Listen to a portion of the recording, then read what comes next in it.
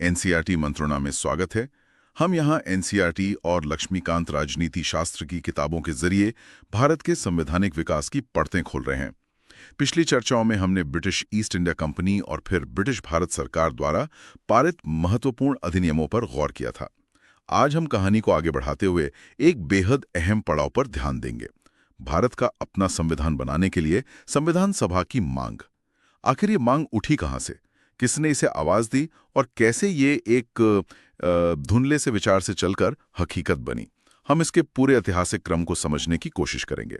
हमारा मकसद है कि ये चर्चा सभी सरकारी परीक्षाओं, खासकर जिनमें बहुविकल्पीय प्रश्न यानी एमसीक्यूज आते हैं, उनके लिहाज से उपयोगी हो। हम छोटी छोटी तथ्यात्मक जानकारियों को भी नहीं छोड़ेंगे। तो चलिए इस दिलचस्प सफर पर निकलते हैं और इस मांग की कहानी की गहराई में उतरते हैं। शुरुआत करते हैं बिल्कुल शुरू से। क्या संविधान सभा का विचार अचानक से आया या इसकी जड़ें और गहरी हैं? बाल गंगाधर तिलक का नाम अक्सर इस संदर्भ में लिया जाता है। क्या उन्होंने ऐसी कोई मांग रखी थी? ये एक दिलचस्प शुरुआती बिंदु है। देखिए, सीधे तौर पे संविधान सभा शब्द शायद उन्होंने इस्तेमाल नहीं किया, लेकिन हाँ, तिलक ने 1895 में एक स्वराज विधेयक का मसौदा तैयार किया था। इसे भारत का संविधान विधेयक भी कहा जाता है। 1895? ये तो काफी पहले की बात है। बिल्कुल, और इसे अक्सर भारत के लिए भारतीयों द्वारा संविधान बनाने के विचार की पहली, कह सकते हैं, दार्शनिक झलक माना जाता है। अच्छा, इस विधेयक में खास क्या था? क्या बातें थीं इसमें? इसमें देखिए, बुनियादी तौर पर तो स्वर शासन यानी स्वराज की बात थी, और साथ ही एक ऐसी व्यवस्था का जिक्र था जहां निर्वाचित भारतीयों की कांग्रेस हो जो देश के लिए नियम कानून बनाए। इसमें कुछ मौलिक अधिकारों जैसी बातें भी थीं। तो आप कह सकते हैं कि ये भविष्य की संविधान सभा का एक बहुत ही प्रारंभिक बीज था। हाँ, जो कांग्रेस के औपचारिक प्रस्तावों से दशकों पहले बोया गया। यानी ये एक तरह से नींव का पत्थर रखने जैसा था, भले ही इमारत बहुत बाद में बनी। तिलक ने तो होम रूल आंदोलन भी चलाया था 1916 में, लेकिन शायद वो इस विचार को आगे बढ़ते नहीं देख पाए। हाँ, ये सही है। तिलक जी का निधन 1920 में हो गया, जबकि संविधान सभा की मांग जो है वो 1930 के दशक में जाकर कांग्रेस के एजेंडे पे प्रमुखता से आई। अच्छा, इसीलिए तिलक की पहल को एक फाउंडेशनल या आधारभूत, लेकिन हाँ, अप्रत्यक्ष आह्वान मानते हैं। ये उस वक्त की सोच को दर्शाता है कि भाई, भारत का शासन कैसा हो ये भारतीय ही तय करें। और महात्मा गांधी, उनका इस मांग से क्या जुड़ाव था? क्या उन्होंने इसका नेतृत्व किया? गांधी जी की भूमिका थोड़ी अलग है, लेकिन महत्वपूर्ण है। उन्होंने संविधान सभा के जो मूल विचार था ना, उसका पुरजोर समर्थन किया। उनका मानना था कि भारत का संविधान ऐसा होना चाहिए जो सही मायनों में जनता की इच्छा को दर्शाए, ऊपर से थोपा हुआ ना हो। हाँ, ये तो उनकी सोच थी। बिल्कुल, और इसका स्पष्ट प्रमाण मिलता है श्रीमन नारायण अग्रवाल की 1946 की किताब है the Gandhian constitution for free India. उसकी प्रस्तावना खुद गांधी जी ने लिखी थी और उसमें उन्होंने इस बात का समर्थन किया। अच्छा, तो उन्होंने वैचारिक समर्थन दिया, लेकिन क्या वो इस मांग को लेकर चले आंदोलनों या क्या कहते हैं बैठकों में सक्रिय थे? नहीं, औपचारिक मांग के प्राथमिक नेता वे नहीं थे। देखिए, उनका मुख्य ध्यान जन आंदोलनों पर था, जैसे असहयोग या भारत छोड़ो आंदोलन। वे खुद भी जो ये केंद्रीकृत संसदीय प्रणाली है ना, इसके बड़े प्रशंसक नहीं थे। हाँ, ये बात तो है। और उन्होंने 1946 से 49 के बीच जो संविधान सभा की बैठकें हुई, उनमें भी हिस्सा नहीं लिया। उनका समर्थन वैचारिक था। वे जनता की आवाज वाले संविधान के पक्ष में थे, पर वो जो रोजमर्रा की बैठकें थीं या औपचारिक राजनीतिक प्रक्रिया, उससे खुद को अलग रखते थे। उनका मुख्य जोर जमीनी स्तर पर समाज को बदलने और आजादी हासिल करने पर था। ये समझना जरूरी है। तो तिलक ने बीज बोया, गांधी जी ने वैचारिक खाद पानी दिया, लेकिन मांग को औपचारिक रूप कैसे मिला? कौन सी पार्टियां या नेता इसे आगे लाएं? हाँ, तो वैचारिक जमीन तो तैयार हो ही रही थी, लेकिन मांग को ठोस राजनीतिक जामा पहनाने की कोशिशें भी चल रही थीं।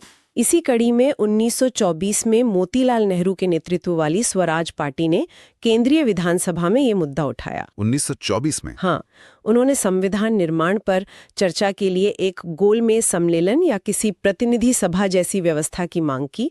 हालांकि उन्होंने स्पष्ट रूप से संविधान सभा शब्द शायद इस्तेमाल नहीं किया था उस वक्त, लेकिन ये एक कदम आगे था। बिल्कुल। इसके बाद विचार धीरे धीरे शक्ल ले रहा था। 1933 के आसपास वी.के. कृष्णन मेनन जैसे जो समाजवादी विचारों से प्रभावित नेता थे, उन्होंने भी अपने लेखन में एक संविधान सभा की जरूरत पर जोर दिया। लेकिन असली मोड़ शायद 1934 में आया, है ना, एम.एन. रॉय के साथ। बिल्कुल सही पकड़ा आपने। 1934 एक बहुत अहम साल साबित हुआ। एम.एन. रॉय, जिन्हें भारत में साम्यवाद का प्रणेता माना जाता है, उन्होंने पहली बार औपचारिक रूप से एक निर्वाचित संविधान सभा का विचार सामने रखा। औपचारिक रूप से? हाँ, ये सिर्फ एक विचार नहीं था, इसने पहली बार मांग को एक स्पष्ट लोकतांत्रिक ढांचा दिया। रॉय ने तर्क दिया कि ये सभा वयस्क मताधिकार के आधार पर चुनी जानी चाहिए। वयस्क मताधिकार यानी सभी बालिग नागरिकों को वोट का अधिकार? हाँ बिल्कुल, ताकि ये सीधे जनता की संप्रभुता का प्रतिनिधित्व करे। ये पिछले जो थोड़े अमूर्त से प्रस्ताव थे, उनसे एक बहुत बड़ा कदम था। ये तो सीधे सीधे लोकतंत्र और जनप्रतिनिधित्व की बात थी। और क्या इसी साल कम्युनिस्ट पार्टी ने भी ये मांग उठाई? हाँ, 1934 में ही कम्युनिस्ट पार्टी ऑफ इंडिया ने भी एक निर्वाचित संविधान सभा की मांग उठाई। तो ये दिखाता है कि ये विचार अब वामपंथी राजनीतिक धारा में भी जोर पकड़ रहा था। तो अब गेंद भारतीय राष्ट्रीय कांग्रेस के पाले में थी। उनकी तरफ से आधिकारिक मांग कब आई? भारतीय राष्ट्रीय कांग्रेस ने भी ज्यादा देर नहीं लगाई। जून 1934 में कांग्रेस कार्य समिति मतलब CWC ने पटना में एक प्रस्ताव पारित किया। उसमें ब्रिटिश सरकार का 1933 का एक श्वेत पत्र था संवैधानिक सुधारों पर। हाँ, जिसे राष्ट्रवादियों ने नाकाफी माना था। बिल्कुल। तो उसे खारिज करते हुए एक संविधान सभा की मांग रखी गई। और इससे फिर दोहराया गया? हाँ, इसी मांग को अक्टूबर 1934 में बंबई में जो कांग्रेस अधिवेशन हुआ, उसमें फिर से पुख्ता किया गया। और इसी अधिवेशन में कांग्रेस ने आने वाले 1935 के भारत सरकार अधिनियम के प्रस्तावों को भी नामंजूर कर दिया था। क्यों? क्योंकि वो भारतीयों की आकांक्षाओं के अनुरूप नहीं थे, उनमें वो बात नहीं थी जो लोग चाहे थे। तो ये मांग अब कांग्रेस का आधिकारिक रुख बन चुकी थी। लेकिन ये मांग इतनी जोर क्यों पकड़ रही थी? सिर्फ इसलिए कि ब्रिटिश सुधार नाकाफी थे या कुछ और भी वजह थे? नहीं, कई वजह थीं। एक तो जैसा आपने कहा 1919 और 1935 के अधिनियम जैसे ब्रिटिश सुधार भारतीयों को संतुष्ट नहीं कर पा रहे थे। उनमें असली सत्ता हस्तांतरण की कमी थी। दूसरा, देश में औपनिवेशिक शासन के खिलाफ गुस्सा और राष्ट्रीय चेतना बढ़ रही थी, जाहिर है। हाँ, वो तो था ही। तीसरा, दुनिया पर भी नजर थी। अमेरिका में 1787 में, फ्रांस में 1789 में संविधान सभाओं ने कैसे अपने देशों के संविधान बनाए, ये उदाहरण सामने थे।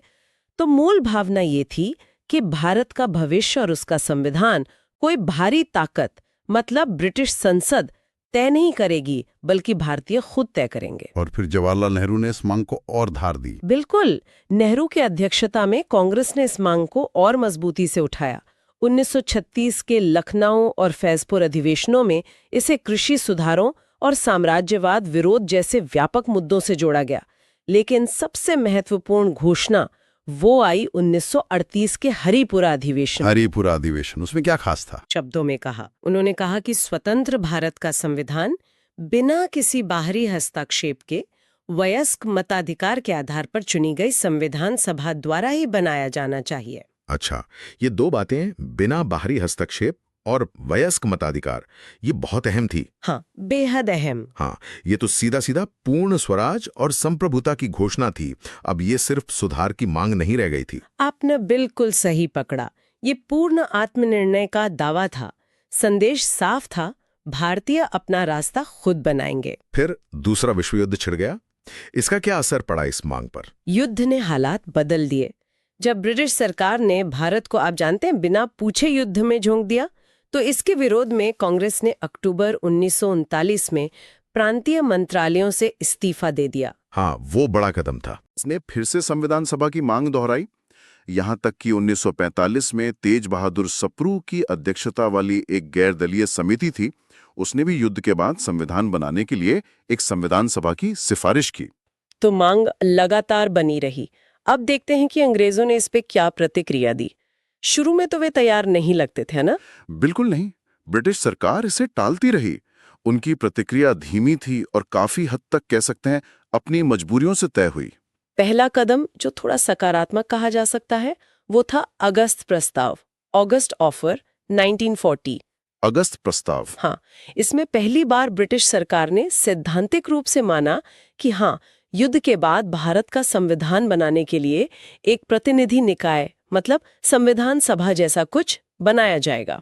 सैद्धांतिक रूप से मतलब इसमें कुछ पेंच थे, कुछ किंतु परंतु था। हाँ, कई पेंच थे। पहली बात, ये युद्ध के बाद होना था, फौरन नहीं। दूसरी, इसमें शर्त थी कि अल्पसंख्यक समुदायों, खासकर मुस्लिम लीग की सहमति जरूरी होगी। तीसरी, ये भारत के युद्ध में सहयोग पर भी निर्भर था। और सबसे बड़ी बात, इसमें कहीं भी पूर्ण स्वतंत्रता या तत्काल सत्ता हस्तांतरण का जिक्र नहीं था। तो फिर कांग्रेस का क्या रुख रहा? इन्हीं वजहों से कांग्रेस ने इसे फौरन नामंजूर कर दिया। उन्हें लगा कि ये सिर्फ युद्ध में भारतीय मदद हासिल करने की एक चाल है, न कि वास्तविक सत्ता सौंपने की कोई मंशा। तो ये कोशिश नाकाम रही। इसके बाद अगला बड़ा प्रयास था 1942 का Cripps mission. Sir Stafford Cripps एक प्रस्ताव लेकर दिल्ली आए। तारीख भी याद रखने लायक है, 22 मार्च 1942। हाँ, क्रिप्स मिशन। इस प्रस्ताव में भी युद्ध के बाद एक संविधान सभा बनाने की बात थी, जिसे प्रांतीय विधानसभाओं द्वारा चुना जाना था। लेकिन इसमें एक बहुत विवादास्पद प्रावधान था। वो क्या था? वो था प्रांतों को भारतीय संघ से बाहर रहने का विकल्प, मतलब opt out clause. Opt out clause मतलब ये कि कोई भी प्रांत अगर चाहे तो बने हुए नए संविधान को न माने और अपनी अलग राह चुन ले, अपनी अलग व्यवस्था बना ले। अरे, ये तो सीधे सीधे बंटवारे का रास्ता खोल रहा था। बिल्कुल। जाहिर है कांग्रेस को इसमें देश के बंटवारे का साफ खतरा दिखा और इसे भी ठुकरा दिया गया। हाँ, इसे भी कांग्रेस और मुस्लिम लीग दोनों ने ही अलग अलग कारणों से अस्वीकार कर दिया। कांग्रेस के लिए मुख्य मुद्दे वही थे, एक तो तत्काल सत्ता हस्तांतरण नहीं था और दूसरा ये विभाजनकारी ऑप्ट आउट क्लॉज। ये राष्ट्रवादियों की जो मूल मांग थी ना, बिना भारी हस्तक्षेप और पूर्ण आत्मनिर्णय वाली, उससे अभी भी कोसों दूर था। ये ऑप्ट आउट वाकई खतरनाक लग रहा है, खासकर उस समय के माहौल में। तो आखिरकार बात बनी कैसे? किस योजना के तहत ये सभा बनी? आखिरकार सफलता मिली 1946 में आए कैबिनेट मिशन योजना से। मई 1946 में इस योजना ने बिना किसी ऑप्ट आउट विकल्प के एक संविधान सभा के गठन की रूपरेखा प्रस्तुत की। अच्छा, बिना ऑप्ट आउट के। हाँ, और इसे कमोबेश सभी प्रमुख दलों ने कुछ आपत्तियों के साथ ही सही स्वीकार कर लिया। अच्छा, तो इसी योजना के तहत हमारी संविधान सभा बनी। इसमें सदस्य कैसे चुने जाने थे? हाँ, यही योजना संविधान सभा के गठन का आधार बनी। इसके तहत कुल 389 सदस्य होने थे। 389। हाँ, इनमें से 296 सदस्य ब्रिटिश भारत के 11 प्रांतों से आने थे। इन्हें सीधे जनता नहीं, बल्कि प्रांतीय विधानसभाओं के जो सदस्य थे वो चुनने वाले थे। अच्छा, अप्रत्यक्ष चुनाव। हाँ, अप्रत्यक्ष चुनाव, वो भी आबादी के अनुपात में, यानी आनुपातिक प्रतिनिधित्व प्रणाली से। इसमें सिखों और मुस्लिमों के लिए अलग सीटें भी थीं और बाकी जो 93 सीटें थीं वो देसी रियासतों के लिए थीं, जिनके प्रतिनिधि मनोनीत होकर आने थे, राजाओं द्वारा भेजे जाने थे। और चुनाव कब हुए इन 296 सीटों के लिए? इन 296 सीटों के लिए चुनाव जुलाई-अगस्त 1946 में हुए और इसी कैबिनेट मिशन योजना के तहत आखिरकार वो संविधान सभा बनी, जिसकी मांग एमएन रॉय ने 1934 में औपचारिक रूप से उठाई थी। हाँ, जिसे कांग्रेस ने 1934 में अपना लक्ष्य बनाया था और जिसे नेहरू ने 1938 में बिना बाहरी हस्तक्षेप और वयस्क मताधिकार के आधार पर परिभाषित किया था। हालांकि वो वयस्क मताधिकार वाला हिस्सा पूरी तरह लागू नहीं हो पाया था क्योंकि चुनाव अप्रत्यक्ष हुए। सही। तो ये वाकई 2 दशकों से ज्यादा चली एक लंबी लड़ाई का नतीजा था। तो ये कहानी है संविधान सभा की मांग के विचार से हकीकत बनने तक की। अगर हम मुख्य पड़ावों को याद करना चाहें, खासकर परीक्षा के नजरिए से, तो क्या खास बातें ध्यान में रखनी चाहिए नोट्स बनाने के लिए? बिल्कुल, कुछ मुख्य बिंदु जो नोट्स बनाने में मदद कर सकते हैं उनको दोहरा लेते हैं।